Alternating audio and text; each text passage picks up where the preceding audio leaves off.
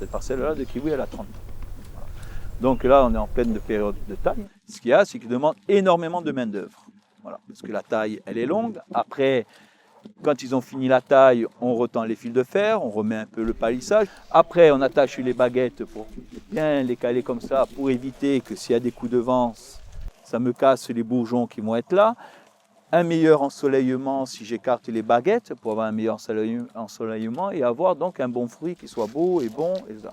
On regarde un peu la force de l'arbre, on laisse un peu plus de baguettes qu'il faut d'une année sur l'autre. Bien entendu, là aussi dans le kiwi, avec le changement climatique que nous avons, comme il fait de plus en plus chaud et que le kiwi a besoin d'avoir du froid pour avoir un repos végétatif. Le froid arrive de plus en plus tard. Nous avons là, il a commencé à faire froid, disons le mois de janvier, on a une température en 6-7 degrés. Et le kiwi, il lui faut entre 500 et 700 heures de froid, disons entre du 0 et 7, voilà, pour avoir un repos végétatif. Voilà. Plus il aura un repos végétatif, mieux l'arbre se portera et quand il va démarrer, tous les yeux vont sortir. Si nous n'avons pas assez de froid, ce bourgeon-là, il va sortir, peut-être celui-là va sortir et le reste ne va pas sortir. Ma philosophie, c'est de dire, au lieu de mettre des produits chimiques, qu'est-ce que je fais? Je laisse plus de baguettes. Disons que dans les années normales, disons qu'un arbre, suivant l'arbre comment il est, j'aurais laissé seulement 10, 12, 13 baguettes.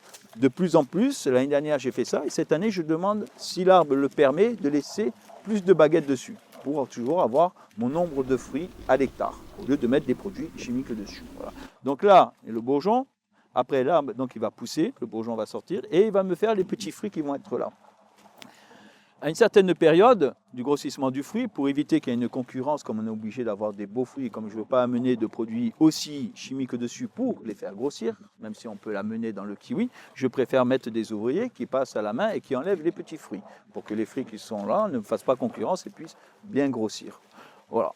Et donc le kiwi, nous n'avons pas de maladie ici en Corse, donc nous ne mettons pas d'insecticides.